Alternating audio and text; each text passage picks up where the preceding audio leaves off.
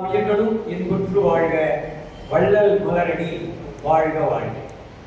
இன்றைக்கு எனவே இங்கே வந்திருக்கின்ற அத்தனை சகோதர சகோதரருடைய திருவடிகளை வள்ளல் பெருமான் திருவடிகளாக நினைந்து போற்றி தொட்டு வணங்கி எனக்கு இட்ட பணியை செய்ய விடுகிறேன். இது இந்த நேரத்தை யாரால சரி பண்ணிக்க முடியும் அப்படின்னு இந்த நேரமும் வீணாயிடும். அது ரொம்ப முக்கியமான காலம் கண் போன்றதுன்னு வள்ளல் பெருமான் சொல்லுவார். அதனால இந்த நேரத்தை வீணாக்காத இருக்கிறதுக்கு அருட்சிவ மாறன் வர வைக்கணும். அவர் கோகுல் ராம் அவருடைய இயற்பெயர்.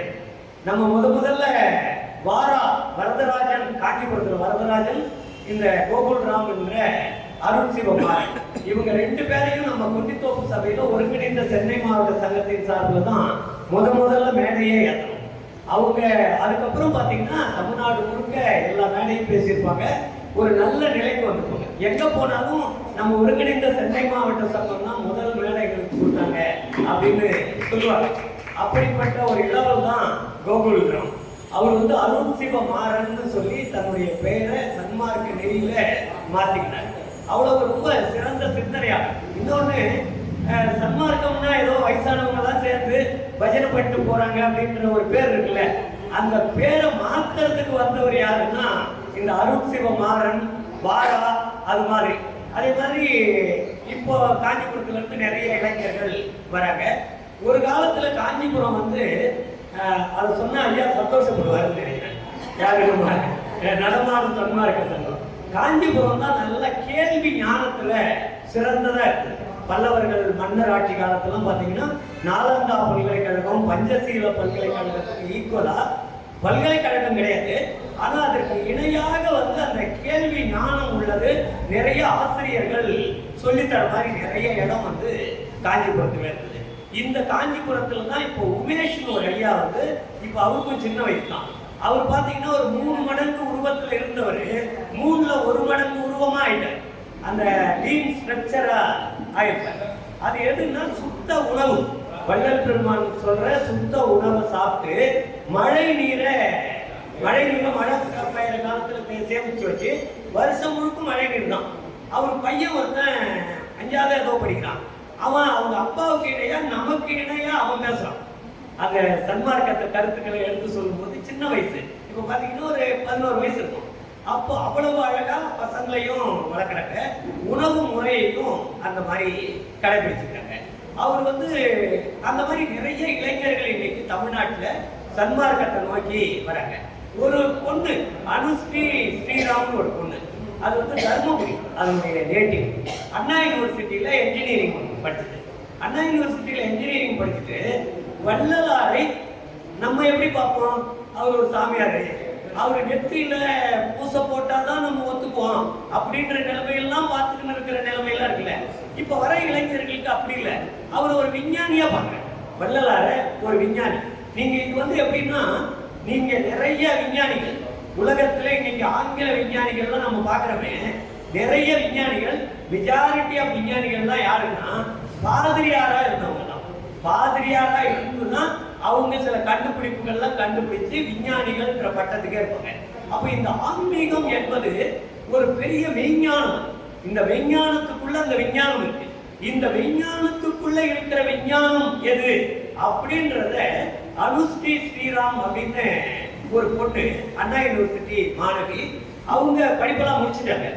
அந்த பொண்ணு அகவல் வரிகள்ல இருந்து எடுத்து இந்த வெளி கடந்து சும்மா இருக்கும் சுகம் அப்படின்னு சொல்ற விஷயம், இதுல இந்த பிக் பேங் தியரி, இதெல்லாம் வள்ளலார் எப்படி அகவல்ல சொல்லி இருக்கிறாரு. இதெல்லாம் 1900க்கு பிறகுதான் விஞ்ஞானிகளால கண்டுபிடிக்கப்பட்டது. ஆனா ஐயா 1800களிலேயே வள்ளல் பெருமான் சொல்லிவிட்டார். ஆனா 1900 ஞான சித்தர் காலம் வரப்போகுது அப்படின்னு உலகத்திலேயே முதல்ல சொன்னது யாருன்னா நம்ம வள்ளலார் தான். அதெல்லாம் நமக்கு ஒரு பெரிய பெருமை. யாரும் நாளைக்கு வரப்போறத பத்தி சொல்லுவாங்க. நீங்க நிறைய ஜோசியக்காரங்க கிட்ட எல்லாம் போவோம், நாளைக்கு அப்படி நடக்கும் இப்படி நடக்கும்வாங்க, திரும்பவும் ஒன்றும் நடக்காது. ஆனா வள்ளல் பெருமான் இந்த ஜோசியமா சொல்லல, அறிவியலா சொல்லியிருப்பாரு. அது என்னன்னா கலியுகம். கலியுகம் இருக்கு பாருங்க, அதுக்கு 4,32,000 வருஷம் கலியுகத்துக்குன்னு நம்ம சொல்லியிருப்பாங்க. இந்த உலகம் தோன்றிய எத்தனை வருஷம் ஆச்சுன்னு நமக்கு சொல்ல முடியாது. இதுல கலியுகமே 4,32,000 வருஷம். அப்புறம் அதுக்கு முன்னாடி வந்து 2,16,000 வருஷத்துக்கு ஒரு யுகம் இருக்கு. கலியுகம் தான் 4வது யுகம். திரேதா யுகம், என்னென்ன யுகம், துவாபர யுகம், வேற ஏதோ பேர் நமக்கு அதுல வாயில நுழையாது வடமொழின்றதுனால. அப்ப மொத்தத்துல 4 யுகத்துக்கு சேர்த்தீங்கன்னா நிறைய வருஷம் இருக்கும். இது வந்து அறிவியல் கண்ணோட்டத்தோட பார்த்தா நம்மளால நம்ப முடியாது. அப்ப வள்ளல் பெருமான் கூட அதை நம்பல. அப்படி என்ன சொல்றாருன்னா, இந்த கலியுகம் முடிய போகுது. எப்ப முடிய போகுதுன்னா 1899 இந்த கலியுகம் முடிஞ்சிடும் அப்படின்னு ஆங்கிலத்த வருஷத்துல ஒரு கணக்கு போட்டு சொல்லியிருப்பாரு. கலியுகத்துக்கு காலம் எவ்வளவுனா 5000 ஆண்டு தான். அப்ப அது என்னன்னா, ஒரு நாள் முதல் யுகம் துவாபர யுகமா, துவாபர யுகம் முதல் யுகம், அதுதான் திரேதா யுகம். அதுக்கு வந்து முதல் யுகத்துக்கு ஒரு நாள், அடுத்தது வரிசையா 2 நாள், 3 நாள், 4 நாள்னு 4 யுகத்துக்கு இருக்கும். இந்த 2 நாள்ன்றது தான் 4,32,000 வருஷம். 2,16,000 வருஷம்ன்றது ஒரு நாள் கணக்கு. இது வந்து தேவர்களுக்கு கணக்கு, நமக்கு கணக்கு அப்படின்லாம் சொல்லுவாங்க. வள்ளல் பெருமான் இது அறிவியல் பூர்வமா என்ன சொல்றேன்னா, இந்த நொடிகளை தான் இவங்க வந்து ஆண்டுகளா கணக்கிட்டு சொல்லிட்டாங்க அப்படின்னு அவர் ஒரு கணக்கு சொல்லி, கலியுகத்திற்கு மொத்தம் 4,32,000 வருஷம் கிடையாது, 5,000 ஆண்டுகள் தான். இவங்க சொல்ற கணக்குப்படி வந்து 5,000 ஆண்டுகளா பண்ணிக்கணும். இந்த 5,000 ஆண்டுகள் இன்னும் முடியறதுக்கு இன்னும் 29 ஆண்டுகள் இருக்குதுன்னு அவர் வந்து வடலூர்ல இருக்கும்போது ஆங்கிரச வருஷத்துல ஒரு நாள் அதை சொல்லியிருப்பார். நீங்க உரைநடை பகுதியில இது இருக்கு. இந்த உரைநடை பகுதியில நிறைய உபதேசம் பண்ணியிருப்பாரு. எல்லா உபதேசத்துக்கும் கீழே என்னைக்கு சொன்னதுன்னு போட்டிருக்க மாட்டாங்க. ஆனா இந்த உபதேசத்துக்கு கீழே எந்த தேதி எந்த ஆண்டுன்னு சொல்லிருப்பாங்க. ஏன்னா 29 ஆண்டுகள் இருக்குது அப்படின்னு சொல்றதுக்கு 29 ஆண்டு எந்த ஆண்டுல இருந்து நம்ம கணக்கு பண்ணணும்னு தெரியணும்ல. அதுக்காக வள்ளல் பெருமானாரே சொல்லிருப்பார், நான் இந்த ஆண்டு இந்த தேதியில சொல்றேன், இன்னும் 29 ஆண்டுகள் கழித்து ஞான சித்தர் காலம் வரும் அப்படின்னு சொல்லியிருப்பார். அந்த கணக்குப்படி பார்த்தா 1899 இது முடியும். இந்த 29 ஆண்டுகள் அதுக்கு என்ன பேர் சொல்றாருன்னா ஞான சித்தர் காலம். ஞானம்னா அறிவு, பேரறிவு. இந்த பேரறிவை நாம் பெறக்கூடிய காலமாக இந்த காலம் இருக்கும். நீங்க பாத்தீங்கன்னா அறிவியல் பூர்வமா 5000 ஆண்டு முடிஞ்சிருது. அப்ப கலியுகத்துக்கு பிறகு என்ன காலம்னு வருதுன்னா, திரும்ப முதல்ல இருந்தேவா அப்படின்னு வடிவேல் கணக்கா நம்ம கேட்டுட்டு இருக்கிறார். இது வந்து அடுத்தது ஒண்ணு வருது. அந்த காலம் தான் ஞான சித்தர் காலம். அந்த ஞான சித்தர் காலம் என்னன்னா அறிவை பயன்படுத்தக்கூடிய காலம். நீங்க எல்லா அறிவியல் கண்டுபிடிப்பும் படிச்சவங்களுக்கு எல்லாருக்கும் தெரியும். அறிவியல் கண்டுபிடிப்புகள் எல்லாமே 1900க்கு பிறகுதான் மிகப்பெரிய கண்டுபிடிப்புகள் தான் வந்து. ஆரம்பத்துல அங்கங்க கொஞ்சம் சில கண்டுபிடிப்புகள் இருக்கும். நிறைவு அடைஞ்சது பாத்தீங்கன்னா 1900க்கு பிறகுதான். இன்னைக்கு இருக்கிற நம்ம பெரிய விஞ்ஞானிகள்னு சொல்லி இருக்கிறவங்க எல்லாருமே 1900க்கு பிறகு வந்தவங்க தான். இன்னைக்கு இருக்கிற எலக்ட்ரிசிட்டி, எலக்ட்ரானிக்ஸ் இது எல்லாம் கண்டுபிடிச்சது 1900க்கு பிறகுதான். ஒரு இடத்துல இருந்து இன்னொரு இடத்துக்கு மின்சாரத்தை அனுப்புறதுக்கு கண்டுபிடிக்கிற அறிவு வந்தது இதுதான். நீங்க இன்னும் கேளுங்க, ஒண்ணு இல்ல, கொரோனா வந்துச்சு. கொரோனாவுக்கு இதுக்கு முன்னாடி ஏதாவது தொற்று வியாதி வந்ததுன்னா அதுக்கு ஒரு மருந்து கண்டுபிடிக்கிறதுக்கு பல ஆண்டுகள் ஆகும், பல வருஷம் ஆகும். நீங்க இதை வந்து உடனடியா கண்டுபிடிச்சதுக்கு காரணம் என்னன்னா, அறிவாற்றல் நிறைந்த உலகமாக இந்த உலகம் இருக்கு. அதனாலதான் இதை ஞான சித்தர் காலம் அப்படின்னு சொல்லுவாங்க. இந்த நிலை நமக்கு உருவாகிறத வச்சுதான் வள்ளலாரை அறிவியலாளராக நம்ம பார்க்கணும் அப்படின்றது. இது வெறும் ஆன்மீகவாதி இல்ல, ஏதோ அர்ச்சனை பண்ணோம், ஜோதி தரிசனம் பண்ணோம், அப்புறம் அகவல் படிச்சோம், இல்ல இந்த பேர் என்ன தாளம் போட்டோம், மேல வாசிச்சோம் அப்படின்ற நிலைமையில நம்ம போகல. இது வந்து ஒரு வாழ்வியல் முறை, அறிவியல் முறை.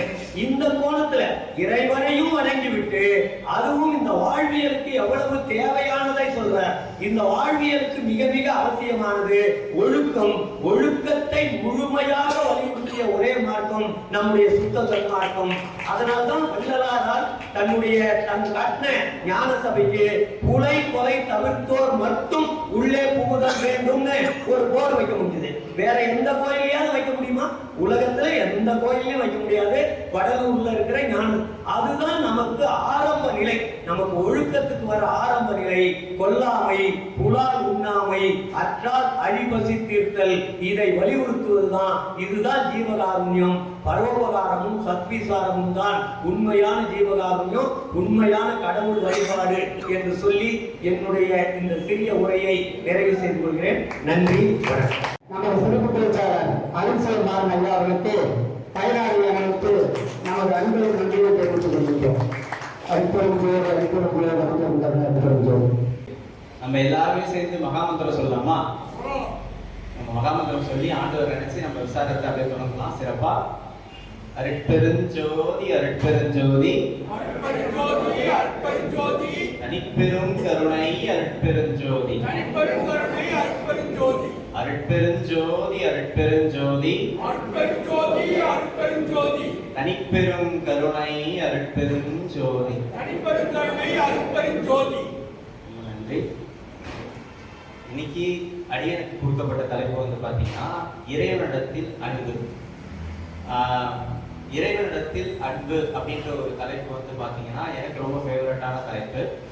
ஏன்னா அன்பு தான் எல்லாமே. இல்லை, அன்பு நம்ம ஒவ்வொரு உயிர்களுமே வந்து அன்புக்காக தான் வந்து இயங்குறோம். அன்புக்காக தான் எல்லா செயல்களும் செய்கிறோம். உறவுக்குள்ளேயும் எல்லா எல்லா நம்மவர்கள் சுற்றி எல்லாருமே ஒருத்தர் அன்பு காட்டினா போதும், நம்ம இறங்கி போய் வேலை செய்வோம். ஸோ அந்த மாதிரி ஒரு அன்பால உள்ள உள்ளங்கள் தான் நம்ம எல்லாருமே.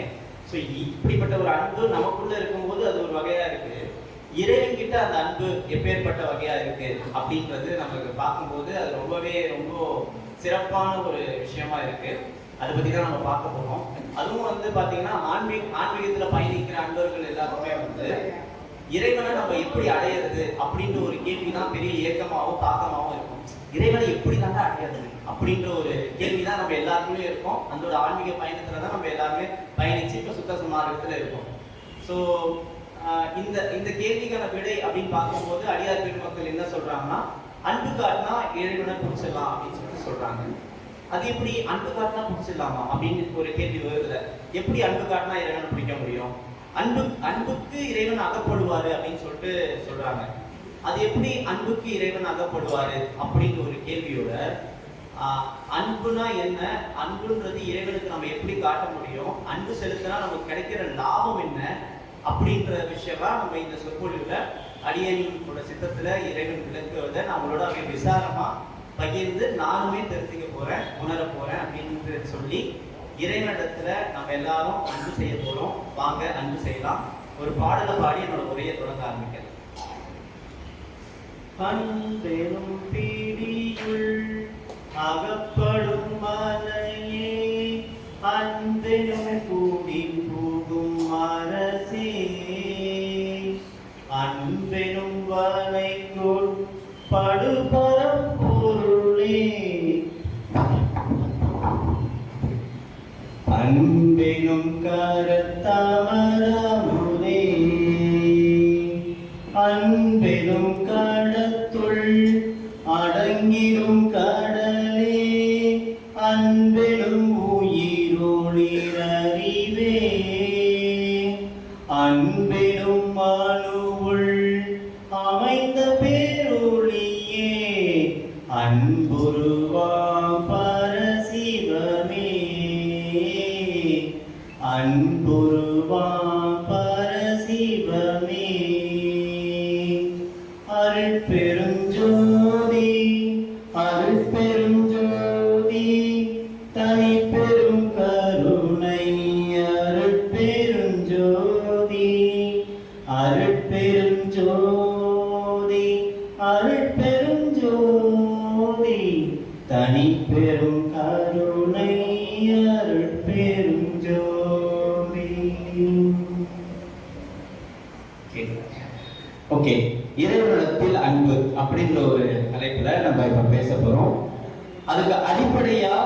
நம்ம இறைவனிடத்துல ஏன் அன்பு செலுத்தணும் அப்படிங்கிற ஒரு கேள்வியில இருந்து நான் வந்து என்னோட விசாரத்தை தொடங்குறேன். முதல்ல நமக்கு இந்த உலகத்துல நமக்கு என்ன தேவை அப்படின்னு பாத்தீங்கன்னா இன்பம் தேவை. எல்லாருக்கும் இன்பம் தான் தேவை, கரெக்டா? இன்பத்துக்காக தான் ஒவ்வொரு செயல்களும் செய்யணும். இதுல இன்பம் கிடைச்சிடாதா, அதுல இன்பம் கிடைச்சிடாதா, இந்த செயலால நமக்கு இன்பம் கிடைச்சிடாதா அப்படின்னு சொல்லிட்டு இன்பத்துக்காக தான் ஒவ்வொரு செயல்களும் செய்யணும், கரெக்ட் தானே? சந்தோஷம் தேவை, சந்தோஷமா இருந்தா போதும்பா, நிம்மதியா இருந்தா போதும்பா, இதுதான் நம்ம எல்லாருக்கும் தேவை, கரெக்டா? அப்போ இந்த நிம்மதி இந்த சந்தோஷத்துக்காக தான் நம்ம ஒவ்வொரு செயல்களும் செய்யறோம். பணம் சம்பாதிக்கிறதும் அதுதான், எல்லாத்துக்குமே அதுதான், ஓகேங்களா? கல்யாணம் மட்டும் நிம்மதியா இருக்கலாம் அப்படின்னு நினைக்கிறோம், ஆனா அப்படி இருக்க முடியாது இல்ல. இந்த செயலை செஞ்சா நிம்மதியா இருக்கலாம் நினைக்கிறோம், ஆனா அப்ப அந்த சந்தோஷம் இன்பம்ன்றது நம்ம எதுலதான் கிடைக்குது அப்படின்னு பார்த்தா ரொம்ப ஒரு கேள்விக்குறியா இருக்கு. நம்ம ஒரு செயலை செஞ்சு அதுல ஒரு இன்பத்தை பெற்றா அந்த இன்பம் தற்காலிகமான ஒரு இன்பமா தான் இருக்கு தவிர ஒரு நிரந்தரமான ஒரு நிலையான இன்பமா அது இருக்க மாட்டேங்குது. மேலும் இந்த புலன்களோட இச்சைக்கு ஏற்றமான ஒரு இன்பத்தை செஞ்சோம்னா அது நம்ம இந்த உடலை நஷ்டப்படுத்தி ஒரு துன்பத்தை தான் நமக்கு கொடுக்குது. ஸோ அப்படிதான் இருக்கு. அப்போ இங்க எந்த வகையில இன்பம் செஞ்சாலுமே ஏதோ ஒரு வகையில நமக்கு துன்பமும் கூடவே சேர்ந்து வருது, அதையும் நம்ம பார்க்க முடியுது. அப்ப எப்படிதான் நம்ம இன்பத்தை பெறுறது அப்படின்னு ஒரு கேள்வி இருக்கு. இந்த கேள்வி அப்படியே ஒரு ஓரமா வச்சுட்டு இப்போ இறைவனை பார்ப்போம். யாரு? நம்ம அருட்பெருஞ்சோதி ஆண்டவரை பார்ப்போம். அவர் எப்படி இருக்காருன்னு பார்த்தீங்கன்னா இயற்கை இன்பினர் என்றும் இயற்கை உண்மையினர் என்றும் இயற்கை அறிவினர் என்றும், அதாவது இயற்கையாவே இன்பமா இருக்காராம். அந்த மனுஷன் இயற்கையாவே இன்பமா இருக்காராம்.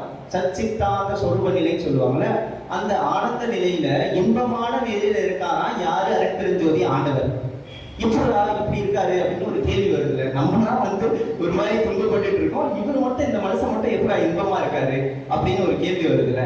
அந்த கேள்விக்கான ஒரு விடையில தான் அப்படியே அவரோட கேரக்டரைசேஷன் எல்லாம் எந்த மாதிரி இருக்கு அப்படின்னு பார்க்கும்போது இயற்கை உண்மையினர் என்றும் இயற்கை உண்மையர் என்றும் இயற்கை அறிவினர் என்றும் நித்தியர் என்றும் சத்தியர் என்றும் ஏகர் என்றும் அநேகர் என்றும் ஆதியர் என்றும் அனாதியர் என்றும் அமரர் என்றும் அருட்பெருஞ்சோதியர் என்றும் நிரதிசயர் என்றும் நிற்குணர் என்றும் சிற்குணர் என்றும் எல்லாம் உடையவர் என்றும் எல்லாம் வல்லவர் என்றும் எல்லாம் ஆனவர் என்றும் இப்படி சுத்த சன்மார்க்க ஞானிகள் எல்லாமே திருக்குறிப்பு வார்த்தைகள், திருக்குறிப்பு திருவார்த்தைகள்ன்றாங்க. கடவுளுக்கு இந்த மாதிரி ஒரு வார்த்தைகளை சொல்லி அந்த வார்த்தைகள்லாம் சுத்த சன்மார்க்க ஞானிகள் கடவுளை பார்த்து துதிக்கிறாங்களாம். நினைத்தும் துடித்தும் புணர்ந்தும் உணர்ந்தும் அனுபவிக்க விளங்குகின்ற பெருங்கருணையாகிய பெருங்கருணை கடவுளே அப்படின்னு சொல்லிட்டு வள்ளல் பெருமான் வந்து விண்ணப்பத்துல சொல்றாரு. சோ கடவுளோட கேரக்டரைசேஷன்லாம் இப்படி ஒரு பெயர், அவரோட பெயர் மூலியமா அப்படின்னு நமக்கு சொல்றாரு. அவர் எப்படி இருக்காருன்னா நிர்குணமா இருக்காரு. நிர்குணம்னா எந்த குணமும் இல்லாம இருக்காரு. சத்துவமா இருக்காரு. அதிசயமா இருக்காரு. இப்போ நம்மளோட ஒப்பிட்டு பார்க்கணும்னா நமக்கு வந்து ஒரு எந்த மாதிரி குணங்கள்லாம் இருக்கு? காமம், கோபம், குரோதம், இந்த மாதிரி நிறைய குணங்கள் இருக்கு. நல்ல குணமா இருக்கு, கெட்ட குணமா இருக்கு, இந்த மாதிரி குணங்கள்லாம் இருக்கு. இப்போ நம்ம ஒரு செயல் செய்யறோம், அதாவது நான் வந்து என்னை வெளிப்படுத்திக்கிட்டா எனக்கு ஒரு இன்பம் கிடைக்குது. அதாவது நான் வந்து இப்போ நான் பேசுறேன், நீங்க அதை பார்த்து பாராட்டுறீங்க, நான் வெளிப்படுத்திக்கிறேன், பையன் இந்த மாதிரி பேசுறான் அப்படின்னு ஒண்ணு, ஆமா அப்படின்னு எனக்கு ஒரு இன்பம் கிடைக்குது, ரைட்டா? என்னை வெளிப்படுத்திக்கும் போது எனக்கு ஒரு இன்பம் கிடைக்குது. அப்புறம் நான் போயிட்டு எனக்கு பிடிச்ச ஒரு செயலை செய்யும் போது அதுல எனக்கு ஒரு இன்பம் கிடைக்குது. ஆசைப்படுறோம், அந்த ஆசைப்பட்டு ஒரு பொருளை வாங்குறோம், அதுல எனக்கு ஒரு இன்பம் கிடைக்குது. ஆனா அந்த இன்பம் நிரந்தரமா இருக்க போறது இல்லை. பட் ஆனா அது ஒரு அந்த தருணத்துல எனக்கு ஒரு இன்பம் கிடைக்குது. எனக்கு ஒரு செயல் செய்வதால இன்பம் கிடைக்குது. நான் ஒரு என்னை வெளிப்படுத்துவதனால எனக்கு ஒரு இன்பம் கிடைக்குது. ஆனா ஆண்டவர் வந்து பாத்தீங்கன்னா அவர் தன்னை வெளிக்காட்டிக்கவே இல்லை. இவ்வளவு இப்படி சொன்னார்ல, எல்லாம் உடையவர் என்றும் எல்லாம் ஆண்டவர் என்றும் எல்லாமும் இருக்கக்கூடிய ஆண்டவர் தன்னை வெளிக்காட்டிக்கிறதே இல்லை, ஆனா இன்பமா இருக்காரு. எப்படி? ஆனா நான் மட்டும் என்னை வெளிக்காட்டிக்கிட்டாதான் எனக்கு ஒரு இன்பம் கிடைக்குது. ஆனா ஆண்டவர் அவர் தன்னை வெளிக்காட்டிக்கிறது இல்லை, ஆனா இன்பமா இருக்காரு. அப்புறம் எனக்கு வந்து ஒரு ஆசை இருக்கு, அந்த ஆசையினால நான் ஒரு செயலை செய்யணும், அதுல ஒரு இன்பம் கிடைக்குது. ஆனா ஆண்டவருக்கு எத்தனை ஆசையுமே இல்லை, நிர்வதிசியரா இருக்காரு, சத்துவமா இருக்காரு, ஆனா இன்பமா இருக்காரு. எப்படி அப்படின்னு ஒரு கேள்வி வருது. எனக்கு ஒரு குணம் இருக்கு, எனக்கு இந்த மாதிரி காமம், பொருள் போன்ற குணங்கள்லாம் இருக்கு. அந்த குணத்து மூலியமா இப்ப எனக்கு கோபம் இருக்குன்னு வச்சுக்கோங்க, ஒருத்தர் மேல அவரை போய் தேடி கண்டுபிடிச்சு அவர் 4 வார்த்தை நறுக்குன்னு கேட்கணும்னு சொல்லிட்டு கேட்டு திட்டிட்டு வந்தோடனே அப்பா அடி இப்ப எனக்கு கொஞ்சம் இன்பமா இருக்கிறா, திட்டோம் அப்படின்னு சொல்லிட்டு அதுல ஒரு சின்ன இன்பத்தை பெறுறோம். ஆனா அந்த ஆண்டவர் கோபப்பட மாட்டார், தனிப்பெரும் கருணையா இருக்காரு. அவர் நிர்குணமா இருக்காரு, எந்த குணமும் இல்லாம இருக்காரு, ஆனா இன்பமா இருக்காரு. இப்படி நமக்கும் ஆண்டவருக்கும் ஒப்பிட்டு பார்க்கும்போது எந்த செயலுமே செய்யாம எதுவுமே பண்ணாம அந்த மனுஷனால இன்பமா இருக்க முடியுது.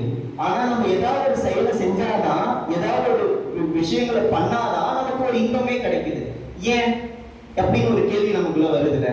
எதனால ஆண்டவர் இந்த எந்த செயலுமே செய்யாம அவரால் இன்பமா இருக்க முடியுது அப்படிங்கிற ஒரு கேள்வியை நான் உங்ககிட்ட முன் வைக்கிறேன். யாராவது ஒரு பதில் சொல்லுங்க. இதனால ஆண்டவர் வந்து இன்பமா இருக்காரு அப்படின்ற மாதிரி ஏதாவது உங்களுக்குள்ள தோணுச்சுன்னா நீங்க சொல்லலாம். எதுவும் அல்லாதவரா இருக்காரு. எதுவும் அல்லாதவரா இருக்காரு. ஆமா அவங்க எதுவும் அல்லாமலே இன்பமா இருக்காரு. அதான் என் கேள்வி. அதாவது நமக்கு ஏதாவது ஒண்ணு இருந்தாதான் இன்பமா இருக்கும். நம்ம எதுவுமே அல்லாம இன்பமா இருக்க முடியல. பண்ணும்போது தான் உங்களுக்கு அந்த இன்பத்துக்கு வரும். பிரிவு இல்லாத முழுமையா இருக்கும்போது அங்க ஒண்ணு தேவையே இல்லை. கரெக்ட். எது தேவையே இல்லாம ஒரு இன்பமா இருக்காரு. நான் என்ன சொல்றேன்னா, எதுவுமே தேவையே இல்லாம ஒரு இன்பமா இருக்காரு. நமக்கு ஏதாவது ஒண்ணு தேவையினாலதான் இன்பமே. நான் சும்மா இருக்கும் எனக்கு இன்பமே கிடைக்க மாட்டேங்குதுன்னு கேட்கிறேன். நம்ம ஃபிராக்ஷனா இருக்கும் அவர் முழுமையா இருக்கு. Okay okay. நமக்காக செய்யறது நம்ம எல்லாருக்குமாக செய்யறது. எல்லாருக்காகவும் செய்யறாரு. நீங்க எல்லாத்துக்கும் காரணமா இருக்கிறது இறைவன் தான். கண்டிப்பாங்க. உலகத்திலே வந்து அவர் தன்னால வந்து செயல்பட வைக்க முடியும். ஆமா. அந்த இன்பம் எல்லாருக்குமே கொடுக்குறாரு. அந்த இன்பம் தான் அவர் அடையிறாரு. கண்டிப்பாங்க. நீங்க கிட்டத்தட்ட அந்த பாயிண்ட் வரட்டீங்க. அதாவது இப்போ வந்து ஆண்டவர், நான் என்னோட கேள்வி என்னன்னா, நான் சும்மா இருந்தா என்னால இன்பமா இருக்க முடியல. ஆண்டவர் சும்மா இருக்காரு, எதுவுமே இல்லாம இருக்காரு, ஆனா அவர் இன்பமா இருக்காரு. எப்படி அப்படின்னு ஒரு கேள்வி தான் நான் கேட்கிறேன். இல்ல, அவர் சும்மா இருக்கிறாருன்னா நம்ம நினைக்கிறதே வந்து தவறுன்னு தோணுது. அது சும்மா ஏதும் அல்லாத தனித்து ஒரு நிலையா இருக்காருல்ல. அவர் எல்லாமாகவும் எல்லாத்தையும் இயக்குபவராகவும் இருக்கிறாரு. அவர் சும்மாவே இல்லை, ஓய்வே இல்லாம இருக்கிறாரு. ஓய்வே இல்லாம. ஆமா, அவர் தனித்த நிலையாவும் இருக்காருல்ல. அந்த நிலையிலுமே தனித்தன்மை, எல்லாத்துக்கும் எல்லாம் ஆனவர் என்றும் எல்லாம் அல்லாதவராகவும் இருக்காரு. அந்த ஒரு தனித்த நிலையில இருக்கும்போது ஒரு இன்பமா இருக்காரு. நமக்கு ஏதாவது ஒரு பற்றுனாதான் நமக்கு ஒரு இன்பமே கிடைக்குது. ஆனா அது ஒரு நிரந்தரமான இன்பமே இல்லாம ஒரு ஏகதேசமான ஒரு இன்பமா தான் இருக்கு. அப்படிங்கும் போது அது எதனால அப்படின்னு பார்க்கும்போது, இப்ப நான் கொஞ்ச நேரம் முன்னாடி ஒரு பாடல் பாடினேன். அதுலதான் தெரிய வந்தது. என்ன தெரிய வருதுன்னா, அவரு அன்புருவா பரசுகமா இருக்காரு. அவர் அன்பா இருக்கிறதுனால இன்பமா இருக்காரு அப்படின்றது அடியனுக்கு புரிய வந்தது. எப்படின்னா, அதாவது அவர் அன்பா இருக்காரு, அன்புருவா இருக்காரு. அன்பா இருக்கிறதுனால இன்பமா இருக்கப்பா அப்படின்றாரு. அதாவது வள்ளல் பெருமாள் ஒரு பாடல் சொல்றாரு, என்ப தேற்றவன் அன்ப தேற்று நீ வம்பு மாற்றடி இன்பம் ஊற்றவே அப்படின்றாரு. இன்பம் ஊற்றணும்னா நீ அன்ப தேற்றுன்றாரு ஒரு பாடல். அதை யாரு ஆண்டவர் பார்த்து, எந்த தேற்றவன் என்னோட அப்பனவன் அப்படின்ற ஒரு உரிமையோட, எந்த தேற்றவன் அன்ப தேற்று நீ அப்படின்றாரு. அவர் தான் அவர் அன்பு தேற்று. அப்படி அன்பை தேற்றி அடுத்த பாயிண்ட் அந்த வம்பு மாற்றடி. வம்புனா வன்மையான குணங்களை விடுறது, தீய குணங்களை விட்டுட்டு மாற்று. வன்பு மாற்றுதி இன்பம் ஊற்றவே அப்படின்றது. சோ இன்பமா இருக்கிறதுக்கு நம்ம அன்பு செய்யணும். நம்ம உடனே எங்க பிரச்சனை நடக்குதுன்னா, போயிட்டா அன்பே இல்லை. அன்பா இருந்தா இன்பமா இருக்கும். அது நான் ஒரு உலகியல் எக்ஸாம்பிளோட நம்ம சொல்றேன். ஓகேங்களா? அந்த ஆண்டவரோட தன்மை எவ்வகையா இருக்கு, நம்மளோட அன்பு எங்க பிரச்சனையாகுது அப்படின்றதுனால இந்த எக்ஸாம்பிள் மூலியமா ஓரளவுக்கு புரிஞ்சுக்க முடியும்னு நான் நம்புறேன். அதனால சொல்றேன்.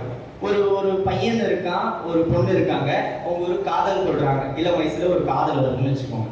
ஒரு ஆண் ஒரு பெண் மீது வைக்கும் காதலோ, ஒரு பெண் ஒரு ஆண் மீது வைக்கும் காதலோ, ஒரு அன்பு. அந்த முதல் தருவாய் இருக்குல்ல, ஒரு அன்பு காட்டுற அந்த முதல் தருவாய், அந்த பையன் வந்து அந்த பொண்ணு எப்படியாவது லவ் யூ சொல்ல மாட்டானா, ஏங்கிட்டே இருப்பான். டப்புன்னு அவன் லவ் யூ சொன்னோன்னா அவனுக்கு அப்படியே ஒரு மாதிரி இருக்கும், இன்பமாவே இருப்பான், பயங்கர இன்பமா இருப்பான். ஓகேங்களா? அந்த பெண்ணை தவிர எதுவுமே அவனுக்கு இருக்காது. அவன் என்னன்னா, அந்த அன்பு அவனுக்குள்ள நிறைஞ்சிடுச்சு, நிறைவேறிச்சு. அவன் ஓகே சொல்லிட்டான் அப்படின்ட்டு. அந்த தருவாயில அவனுக்கு கோபம் வராது, பசி இருக்காது, தூக்கம் இருக்காது. யாரை திட்டா அப்படின்னு அந்த பொண்ணையே நினைச்சிட்டு இன்பமா இருப்பான். கரெக்டா? அந்த பொண்ணோட அன்பு வந்து அந்த தருவாயில, அந்த ஆரம்ப கட்ட கால நிலையில அவனுக்கு வந்து எந்த ஒரு வெறுப்பு ஆசை இருக்காது. இதை போய் பண்ணணும், அதை போய் பண்ணணும் ஆசை இருக்காது. நிறைவா இருப்பான். அன்பால, அந்த பொண்ணு மேல கொண்ட அன்பால நிறைவா இருப்பான், நிறைஞ்சிருப்பான். அந்த நிறைவுல அவனுக்கு ஒரு இன்பம் இருந்துட்டே இருக்கும். அவனுக்கு எது பண்ணணும்னு தோணாது. யாராவது அவன் திட்டினா கூட அப்படின்வான், போ அப்படின்வான், மன்னிச்சு விட்டு போ அப்படின்னா கோவம் வராது. எந்த ஒரு அதாவது காதல் காதல் காதலி நெஞ்சம் கண்ணா பூச்சி ஆடு அந்த மூட்ல இருப்பான். அவன் பாட்டு சிரிச்சுக்கிட்டு அவன் பாட்டு அன்பா நிறைவா இருப்பான். அப்படிதான் இறைவன் இருக்க. இது நம்மளோட உலகியல் அறிவுல பொருத்தி பார்க்கும்போது நான் சொல்றேன். எப்படின்னா இறைவன் வந்து அன்பால நிறைஞ்சிருக்காரு, இன்பமா இருக்காரு. அவர் எப்படின்னா அவரோட உருவமே அன்புருவா இருக்கு. அன்பால அவர் நிறைஞ்சு இருக்கிறதுனால அவர் இன்பமாவே இருக்காரு எப்பயுமே. அவர் எப்படின்னா அவர் உருவமே அன்புருவு தான். சோ அப்படிப்பட்ட இறைவன் மீது நம்ம அன்பை வந்து கேட்கணும். அன்பை வந்து அவர் மேல ஏற்றும் போது நம்ம இறைவன் மீது அன்பால நிரப்பிக்கிட்டோம்னா நம்ம இன்பமாவே இருக்கலாம். சோ புரியுதா உங்களுக்கு? எதனால இறைவனிடம் அன்பு செலுத்தணும்னா, இறைவனிடம் அன்பு செலுத்துவதற்கு நாம் இன்பமாக இருக்க இறைவனிடம் அன்பு செலுத்த வேண்டும். இது முதல் பாயிண்ட். முதல்ல ஆரம்ப கட்டத்துல நமக்கு ஒரு இன்பம் தேவை. அந்த இன்பம், நிரந்தர இன்பம் யார் கொடுக்க முடியும்னா இறைவன் தான் கொடுக்க முடியும். நிரந்தரமான, நிலையான, நித்தியமான ஒரு இன்பம் இறைவன் தான் கொடுக்க முடியும். அந்த இறைவன் இடத்துல நம்ம அன்பு செலுத்தணும். அந்த அன்பால நம்மளை நிரப்பிக்கணும். அப்படியே அதனாலதான் ஞானிகள் தான் பழைய படத்துல பாத்தீங்கன்னா அவங்க பேர் கண் மூடிட்டு உட்கார்ந்து திருச்சிற்றம்பலம் திருச்சிற்றம்பலம் அப்படி இருப்பாங்க. ஏன்னா இந்த இடத்துல இறைவனை நினைச்சு அப்படியே அன்பால நிறைஞ்சிருப்பாங்க. அவருக்கு அந்த ஞானிகள் கிட்ட, அந்த ஞானி கிட்ட போயிட்டு ஒரு திடீர்னு ஒரு அரசர் வந்து யாரோ வந்து உன்னை சிறையில் அடிக்க சொன்னார் அரசர் அப்படின்னு சொல்லிட்டு ஒரு கட்டளை இட்டாங்கன்னா அப்ப கூட அவர் கவலைப்படாம திருச்சிற்றம்பலம் திருச்சிற்றம்பலம் சிரிச்சுட்டே தான் இருப்பாரு, அன்பா தான் இருப்பாரு. அந்த அவர் ஒரு நிறைவுல இருப்பாரு. அவர் அதை தாண்டி சுரத்துல எது பத்தியே கவலை இல்லை. அவர் ஆல்ரெடி ஒரு இன்பத்துல இருப்பாரு. புரியுதுங்களா? சோ நம்ம இறைவன்கிட்ட அன்பு செஞ்சு நம்ம இன்பமா நம்மளை நிரப்பிக்கணும். ஓகேங்களா? அதனால எதனால நம்ம இறைவன்கிட்ட அன்பு செய்யணும் அப்படின்றத புரிஞ்சுக்கோங்க. அதை தாண்டி இறைவனிடம் அன்பு நம்மளை எங்க கொண்டு போகுதுன்னா நித்திய வாழ்வு, சத்திய வாழ்வு, மரணமில்லா பெருவாழ்வுக்கே கொண்டு போகுது. அந்த அன்புதான் சாதனம். ஈரமும் அன்பும் கொண்டு இன்னரும் பெற்றே என் மார்க்கம் இரவாத சன்மார்க்கம் தோழின்ற. சோ அந்த ஈரமும் அன்பும் தான் நமக்கு அப்படிப்பட்ட ஒரு அருளை நமக்கு கொடுத்து அந்த அன்பு ஃபர்ஸ்ட் இறைவன்கிட்ட அன்பு செலுத்த நமக்கு கொஞ்சம் கொஞ்சமா இந்த உடம்பு வந்து அன்பு உருவாக மாறும். ஓகே, இந்த உடம்பு அன்பான உருவா மாறும். அந்த அன்புல இருந்து அருள் உடம்பா மாறும். அருள் உடம்புல இருந்து அருட்பெரும் ஜோதியாவே மாறும். சோ அதுக்கு முதல் அடிப்படை சாதனம் அன்பு தான். சோ அந்த அன்பை நம்ம எப்படி எல்லாம் செலுத்தணும் அப்படின்றத நம்ம பார்ப்போம். சரிங்களா? அதை தாண்டி இப்போ கடவுள்கிட்ட ஏன் அன்பு செலுத்தணும் அப்படின்றது ஒரு சின்ன ஒரு இதுவா வந்து உங்களுக்கு புரிஞ்சுது. நம்மள அன்பால நிரப்பிக்கணும் அப்படின்னு சொல்றேன். சோ இப்போ அந்த அன்பால நிரப்ப இன்னும் ஆகும் அப்படின்றத ஒரு பாடல்ல வள்ளல் பெருமான் சொல்றாரு. என்புருகி உள்ளுருகி என்பார் உயிர் உருகி அப்படின்றாரு. என்புனா இந்த எலும்பு அப்படியே உருகுமா. என்புருகி உள்ளுருகி, உள்ளம் அப்படியே உருகுமா. என்புருகி உள்ளுருகி இன்பமார் உயிர் உருகி அப்படின்றது. அப்படியே இன்பத்துல உயிர் உருகுமா. உயிர்னா ஆன்மாவே உருகும். என்புருகி உள்ளுருகி இன்பார் உயிர் உருகி அன்புருகம் ஆகி பின் அப்படின்றது. அப்புறம் இதெல்லாம் உருகுனதுக்கு அப்புறம் என்ன ஆகும்னா அன்பு உருகி அன்புருவமாவே நம்ம ஆகுமா. அன்புருகி அன்புருவம் ஆகி பின் வன்பகன்று அப்படின்னு சொல்றாரு. வன்பகன்றுனா அந்த தீய குணங்கள்லாம் அகன்று. வன்பகன்று பொன்னியா எண்ணியா அன்பருக்கு அருளும் அரசே அமுதே பேரின்ப கடலே எமது உறவே அப்படின்ட்டு என்ன சொல்றாருன்னா, எண்ணியா அன்பருக்கு அருளும் அரசா. யாரெல்லாம் ஒரு மேல அன்பு வச்சிருக்காங்களோ அவங்க எல்லாருக்கும் அருளும் அரசனா இருக்காங்க. எண்ணியா அன்பருக்கு அருளும் அரசே அமுதே பேரின்ப கடலே எமது உறவே அப்படின்ற மெய் உறவு. யாரு? அருட்பெருஞ்சோதி ஆண்டவர் தான் மெய் உறவு. அப்படி அந்த மெய் உறவை, எமது உறவை அந்த மாதிரி அன்பு செலுத்தி நம்ம ஏற்கணும். ஓகேங்களா? அதுதான் இங்க, அதுக்காக தான் இந்த பிறவியே வழங்கப்பட்டிருக்கு. இந்த பிறவி நமக்கு கொடுக்கப்பட்டதே என்னன்னா, இந்த புலன்கள்லாம் நமக்கு எதுக்கு கொடுக்கப்பட்டிருக்குன்னா இறைவனை பார்க்கறதுக்காக இந்த கண்களும், இறைவனை நினைக்கிறதுக்காக மனசும், இறைவனை உணர்றதுக்காக இந்த கருவி கரணங்கள் எல்லாமே கொடுக்கப்பட்டிருக்கு. இந்த கையெல்லாம் இறைவனை தருவதற்காக கொடுக்கப்பட்டிருக்கு. அரசே உன்னை அணைக்க என்னுள்ள ஆசை பொங்குதே அப்படின்றார்ல. இறைவனை அணைக்கணும், என்னுள்ள ஆசை பொங்குதே, அணைப்போம் என்ற உண்மையால் என் ஆவி தங்குதே அப்படின்றார். சோ இந்த கைகள், இந்த கால்கள், இதெல்லாம் வந்து இறைவனை நம்ம தேடுறதுக்காகவும், இறைவனை அணைக்கிறதுக்காகவும், இறைவனை பத்தி பேசுறதுக்காகவும். ஓகேங்களா? வல்லாடுனை பாட பாட வாய் மணக்குதே அப்படின்றாருல. வஞ்ச வினைகள் எல்லாம் விட்டோடி என்னை தளவணைக்குதே. சோ இறைவனை பத்தி பேசுறதுக்காக தான் இந்த நாக்கு நமக்கு கொடுக்கப்பட்டிருக்கு. ஆனா நம்ம என்ன பண்றோம், மாயையோட கலப்பினாலையும் மாயையில மாட்டிக்கிட்டு இந்த புலன்களை மாயை ஊடாக நம்ம செலுத்தி வீண் போகிறோம். ஏன்னா இப்போ இந்த உதாரணத்துக்கு இந்த நாக்கை வச்சு நம்ம பேசி இறைவனோட வாக்க பேசாம நம்ம என்ன பண்றோம், நாக்கு ருசி கொள்றோம். அதனாலதான் நாக்கு ருசி கொள்பவர் நாரிய பின் நாக்கு அப்படின்றாரு. சோ அது நாரிய பின் நாக்காயிரும். அப்ப என்ன பண்ணணும், இந்த நாக்கை வச்சு கேட்டா, சீத்தி பெரும் அம்பலவ சீர்புகழ்ற வாக்கு நல்வாக்கு செல்வாக்கு தேவ திருவாக்கு. இந்த நாக்கை வச்சு தேவரோட திரு வாக்கு தான் சொல்லணும். அதுக்காக தான் இந்த நாக்கு நமக்கு கொடுக்கப்பட்டிருக்கு அப்படின்னு சொல்லிட்டு பெருமானார் சொல்றாரு.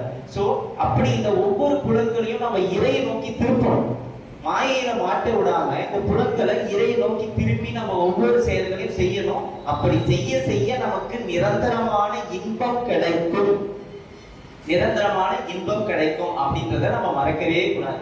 ஏன்னா இந்த மனசுக்கு நம்ம அதாவது இறைவன் தான் நமக்கு எல்லாமே கொடுக்கக்கூடியவன். ஆனா இந்த மனசு கேட்பான், நான் எதுக்கு இறைவனை நோக்கி பாடணும், நான் எதுக்கு இறைவன்கிட்ட அன்பு செலுத்தணும் அப்படின்னும் போது அந்த மனசுக்காரன் சொல்லி புரிய வைக்கணும், டேய் அவர் தான் நமக்கு நிரந்தரமா ஒரு இன்பத்தை கொடுக்க போறாரு அப்படின்னு சொல்லி புரிய வச்சா அவன் புரிஞ்சிடும். ஏன்னா அவன் இன்பம் கிடைக்கும்னா அப்ப நான் பண்றேன் அப்படின்னு. சரி, ஏன்னா இன்பம்ன்றது அவனுக்கும் தேவை. ஆனா அவன் என்ன பண்ணிட்டான், தப்பா ப்ரோக்ராம் ஆயிட்டான். மனசுக்கும் இன்பம் தான் தேவை. ஆனா அவன் என்ன நினைக்கிறான், இந்த புலன்ல இந்த செயலை செஞ்சாதான் இன்பம் நினைச்சு தவறான ஒரு செயலை செஞ்சு மாட்டு போயிடறான். அவன் மனசு கிட்ட எல்லாம் வள்ளல் பெருமான் கரணத்தை என்ன சொல்றாரு, சிச்சவை எனும் அறிவாக்கிருதி ஆக்க வேண்டும். அந்த அறிவு எந்த வகையில செலுத்தணும், இந்த மாதிரி இது பண்ணா தவறு, இந்த செயலை செஞ்சா எனக்கு ஒரு இன்பம் கிடைக்கும் அப்படின்றத நீ தவறான ஒரு செயலை செஞ்சு ஒரு இன்பத்தை பெற்றுட்டு இருக்க, அது ஒரு நிரந்தரமான இன்பமும் இல்லை, ஒரு அழிவுக்கு தான் கொண்டு போகுது. இப்படிப்பட்ட நிலைத்த நிலையான ஒரு இன்பம்ன்றது இறைவனிடம் அன்பு செய்யும் போது, இறைவனை துதித்து பாடும் போது, இறைவனுக்காக நம்ம ஓடி ஓடி அருளை பெறத்துக்கான ஜீவகாரிய செயல்களை செய்யும் போது நமக்கு ஒரு அன்பு கிடைக்கும்டா. அந்த அன்பை நீ பண்ணு அப்படின்னு சொல்லிட்டு நம்மளோட மனசை நம்ம தான் ட்ரெயின் பண்ணணும். அதுக்காக தான் நான் இப்படி அடுத்த திருத்தமா சொல்லிட்டு இருக்கேன். ஸோ அந்த காரணத்தை நம்ம பக்குவப்படுத்தணும். இதுக்காக தான், இன்பத்துக்காக தான் நம்ம அன்பே செலுத்துறோம். அது முதல் அடிப்படை. இன்பத்துக்காக தான் அன்பே செலுத்துறோம். அந்த இன்பம் படிப்படியா வளர்ந்து பூரணமாம் சிவபோகம் பொங்கிடவே விளைந்தேன் அப்படின்றது வள்ளல் பெருமானா சொல்றாரு. பிறந்து இழைத்ததெல்லாம் போதும், இந்த உடம்பே அருள் இயற்கை உடம்பாக்கி இன்னமுதம் அழித்தியன் புறந்தழுவி அகம் புணர்ந்தே அப்படின்றார். என்னோட அகத்துல புணர்ந்து இறைவனை பார்த்து சொல்றார், பூரணமாம் சிவபோகம் பொங்கிடவே விளைந்தே பெரிய திருக்கதவம் திறந்தருள்வாய் சிற்றமைவாள் அரசே என் திருநட நாயகனே அப்படின்னு சொல்லிட்டு சொல்றாரு. சோ அப்படிப்பட்ட அந்த மாதிரி ஒரு இதுல நம்ம இருக்கணும். எப்படி நான் இறைவன் இந்த பிறவியில இறைவனை நினைத்து துதித்து பாடி செவ்வையும் துணது திருப்பதம் பாடி சிவ சிவ என்று கூத்தாடி நான் இன்புற்று இருக்க போற அப்படின்னு நம்ம எல்லாரும் நினைக்கணும். அதுலதான் நிரந்தரமா இன்பம் இருக்கு அப்படின்றத உங்க காரணத்துக்கு சொல்லி புரிய வைங்க. ஃபர்ஸ்ட் எல்லாருக்கும் எனக்கும் நான் சேர்த்து சொல்லிக்கிறேன். அதுதான் நமக்கு தேவை. சரிங்களா? ஏன்னா ஓகே ஏன்னா இப்போ நமக்கு இங்க துன்பம்னு ஒண்ணு இருக்கு, ஓகேங்களா? அந்த துன்பத்தை யாருக்கு இறைவன் அறுப்பாரு அப்படின்னு பார்த்தோம்னா, அகவல்ல 2 வரியில அழகா சொல்லியிருக்காரு பெருமானார். துன்பத்து ஒரு சிவதுரிய சுகந்தனை யாருக்கு தருவாரா? அன்பருக்கே தரும் அருட்பெருஞ்சோதி. அந்த சிவதுரிய சுகத்தை யாருக்கு கொடுப்பாரா? அன்பருக்கு கொடுப்பாரா. துன்பத்து சிவதுரிய சுகந்தனை அன்பருக்கே தரும் அருட்பெருஞ்சோதி அப்படின்றார். சோ அப்போ நம்ம அன்பு காட்ட நம்மளோட துன்பம்லாம் போயிடும். நம்ம பாவம் துன்பத்துல ரொம்ப கஷ்டப்பட்டு இருப்போம். என்னன்னா விலை அப்படின்னு பார்த்தா இதுதான் ரொம்ப எளிமையா சொல்றாரு. அன்பு காட்டா துன்பம் போயிடும் அப்படின்றாரு. சோ அந்த துன்பத்து சிவதுரிய சுகந்தனை, அந்த சிவதுரிய சுகம், அதாவது குருதுரியம், பரதுரியம், சிவதுரியம் இருக்கு. அதாவது துரியம்னா கான்சியஸ்னஸ். நம்ம இப்ப இருக்க நினைவு, கனவு, தூக்கம்ன்ற 3 வகையான கான்சியஸ்னா நம்ம இருப்போம். கான்சியஸ்னா இப்ப இருக்கிற அந்த தன்மை, இப்ப நான் நினைவுல இருக்கேன், அப்புறம் கனவு தூங்குறேன், தூக்கத்துல ஒரு கான்சியஸ்னஸ், தூக்கத்துல கனவுன்னு ஒண்ணு வருது. இது 3க்கும் அப்பாற்பட்ட ஒரு கான்சியஸ்னஸ் இருக்கு. அதான் துரியம். அந்த துரியம் தான் ஆன்மா கான்சியஸ்னஸ். அந்த ஆன்மா கான்சியஸ்க்கு அப்புறம் காட் கான்சியஸ்னஸ்னு ஒண்ணு இருக்கு. அதுதான் இது இந்த சிவதுரியம். சரிங்களா? அந்த சிவதுரிய சுகத்தை யார் கொடுப்பாராம்? அன்பருக்கு தருவாராம். அந்த துன்பெல்லாம் அறுத்து அந்த சுகத்தை நம்ம அன்பு காட்டினா தருவாராம். சோ நம்ம அன்பு காட்டுறதுலாம் ஈஸி தானே. உலகில போய் ஒருத்தர்கிட்ட அன்பு காட்டுறோம். அதனால அன்பு காட்டி நம்ம என்ன பண்றோம், அச்சோ இவர் நம்மளை பார்க்க மாட்டானே, நம்ம பேச மாட்டானே. நம்ம அன்பு காட்டினா என்ன வருதுன்னா, கூட அட்டாச்மெண்ட்டும் வருது, பற்றுன்னு ஒண்ணு வந்துருது. அந்த பற்றுல எதிர்பார்ப்பும் ஒண்ணு வந்துருது. நமக்காக அவர் இதை பண்ணணும், நமக்காக அதை பண்ண மாட்டாரு, நம்மளை கண்டுக்க மாட்டாரு அப்படின்னு ஒரு எதிர்பார்ப்பு வந்துருது. சோ இதுல வந்து உலகில மொத்தம் இந்த எதிர்பார்ப்போட மாட்டிக்கிட்டு நம்ம துன்பம் தான் படுறோம். இந்த அன்புல நமக்கு ஒரு இன்பமே கிடைக்க மாட்டேங்குது. ஆனா எந்த ஒரு எதிர்பார்ப்பும் இல்லாம எந்த ஒரு நமக்காக மட்டுமே உழைத்துக் கொண்டிருக்கும் இறைவன் ஒருத்தர் இருக்காரு. அவர் நமக்காக என்னெல்லாம் பண்றாருன்றதை நான் பின்னாடி சொல்றேன். அப்ப நம்ம ஏன் அவர்கிட்ட அன்பு காட்டணும் அப்படின்ற ஒரு கேள்விக்கான ஒரு விடை நமக்கு கிடைக்கும். சரிங்களா? சோ அதனால அந்த வகையான அன்பை நம்ம காட்டணும். சோ இப்ப நான் என்ன சொல்றேன்னா, நான் இறைவன் மீது அன்பு வைக்க அதை தெரிஞ்சுக்கோங்க. நான் இறைவன் மீது அன்பு வைக்க நமக்கு இறைவன் மீதான உண்மையான அன்பும் பற்றும் மேலோங்கி உலகியல் பற்றுகளிலிருந்து விடுபட்டு துன்பத்திலிருந்து விடுபட்டு நிரந்தரமான இன்பம் நமக்கு கிடைக்கும். இது சத்தியம். சோ அதை நம்ம மைண்ட்ல ரொம்ப ஸ்ட்ராங்கா வைக்கணும். இறைவனிடம் நம்ம ஏன் அன்பு செலுத்தணும்னா, நம்ம அன்பு செலுத்த இறைவன் மேலும் நமக்கு அவர் மேல ஒரு அன்பு மேலோங்க சைட் பை சைட் நமக்கு இன்பமும் மேலோங்கிட்டே போயும் உலகியல் பற்றுகளிலிருந்து இருந்து நீங்கி நின்பால் அன்றி பிறர்பால் செல்ல நெஞ்சம் நடுங்குதே அப்படின்ற ஒரு தன்மை நமக்குள்ள வந்து சிவசிவான்னு இறைவனே நினைச்சிட்டு நம்ம இருப்போம். சோ அந்த நிலைக்கு நம்ம போவோம்னா அடிப்படையா இறைவன்கிட்ட அன்பு செலுத்த ஆரம்பிக்கிறோம். அப்புறம் இந்த லைன் வந்து சொல்லுவாரு. சோ இன்பமா வாழ்றதுக்கு தான் அந்த இந்த இதுல வந்து சொல்றாரு பாருங்க. இன்புறலாம் எப்பொழுதும் எத்திட வாழ்ந்திடலாம், எல்லாம் செய் சித்தி இறைமையும் பெற்றிடலாம் அன்புடையீர் வம்மி. நீங்க யாரை கூப்பிடுறாரு? யார் இன்புறலாம்? அன்புடையீர் வம்மி. யாரெல்லாம் அன்பு உள்ளவங்களா இருக்கீங்களோ நீங்க வாங்க. அவங்களாலதான் இன்புறலாம், எல்லாம் செய்வது சித்தி இளமையும் பெற்றிடலாம் சொல்றாரு. சோ அன்புடையவர்கள் மட்டும்தான் இந்த நிலையை அடைய முடியும் அப்படின்னு சொல்லிட்டு மன்னவிழா பெறுவார்களே நமக்கு சொல்றாரு. அன்புடையீர் வம்மி நீங்க அப்படின்னு சொல்றாரு. சோ அப்படி நம்ம அன்புள்ளவர்களா நம்ம மாறணும். ஓகேங்களா? அதுக்கப்புறம் ஞான சரியை வைமா அருளுடைய பரம்பொருளே மன்றிலாடும் ஆனந்த பெருவாழ்வே அன்புள்ளதோர் பெருமுடைய உலகொழுதும் கோயில் கொண்ட சிவமே அப்படின்றாரு. சிவம் எங்க கோயில் கொள்றாரா? அன்புள்ளதோர் பெருமுடைய உலகொழுதும் கோயில் கொண்ட சிவமே அப்படின்றாரு. சோ அன்பு இருக்கிற உள்ளத்துக்குள்ள சிவமே ஒரு கோயிலா வந்து அமர்றாரு. சரிங்களா? அப்போ மெய் அறிவுருவாம் தெய்வமே இம்மருளுடைய மனப்பேத நாயினேன் செய் வன்பிழையை சிறிதேனும் மதித்தாயில் இருளுடைய பவக்கடல் விட்டேன் நீ ஏற்றுவதற்கு எண்ணுக என் இன்பதேவே அப்படின்றார். என்ன சொல்றாருன்னா, நான் செஞ்ச பிழையில நீ வந்து சிறிதும் நினைச்சு பார்த்தா கூட என்னால இந்த பவக்கடலை விட்டு என்னை ஏத்த மாட்டேன். நீ அதெல்லாம் நினைக்காம ஏற்றுவதற்கு எண்ணுக என் இன்பதேவே அப்படின்னு சொல்றாரு ஆண்டவர் பார்த்து. சரிங்களா? நம்ம எல்லாருமே என்ன பண்ணிருக்கோம்? துன்பம் நிறைய பண்ணிட்டோம், நிறைய பாவங்கள் பண்ணியிருக்கோம். நம்ம என்ன பண்ணோம்னா இறைவன்கிட்ட அன்பு செலுத்த ஆரம்பிக்கணும். அன்பு செலுத்தி இந்த மாதிரி பாடல்கள்லாம் எடுத்து, ஐயனே நான் பண்ண பிள்ளைகள்லாம் நீ கொஞ்சம் கூட பார்த்தனா என்னோட பாவக்கடலை நீங்க வந்து ஏத்தவே மாட்டேன். அதனால அரசே, என் அப்பா, என் ஐயா, என் தந்தையே, தலைவா, பித்தியனுடைய பைத்தியகாரனா ஏனினும் நிந்தனுக்கே பிள்ளை நான் வாடுதல் அழகோ அப்படின்னு சொல்லிட்டு இறைவனிட்ட வேண்டி அன்பு செலுத்த ஆரம்பிச்சோம்னா அவர் என்ன பண்ணுவாரு? நம்மளோட வினைகள்லாம் தீர்த்து கொஞ்சம் கொஞ்சமா நம்மளோட பக்குவ வச்சு இன்பத்தை கொடுத்து இந்த பிறவிலிருந்து கடத்தேற்ற ஆரம்பிப்பார். அதுக்கு அடிப்படை அன்பு.